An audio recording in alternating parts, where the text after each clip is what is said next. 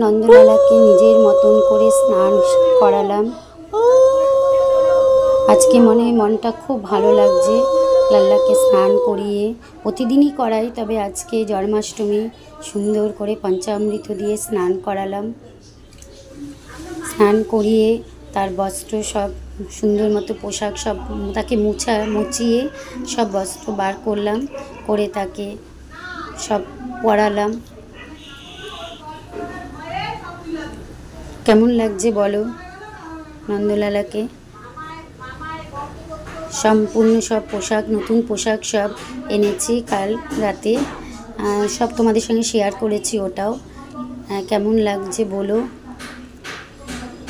এক এক করে সব পোশাক পরালাম,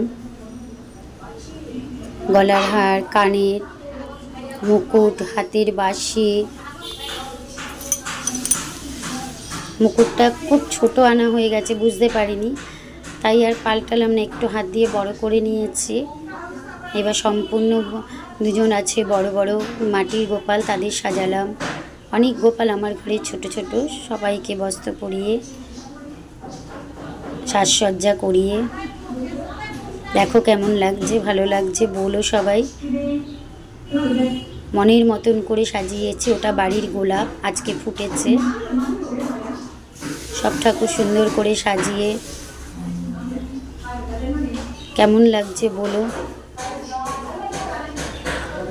এখন সব যা যারা বানিয়েছি দেব, নিজের হাতে করা সব প্রসাদ ঠাকুরের।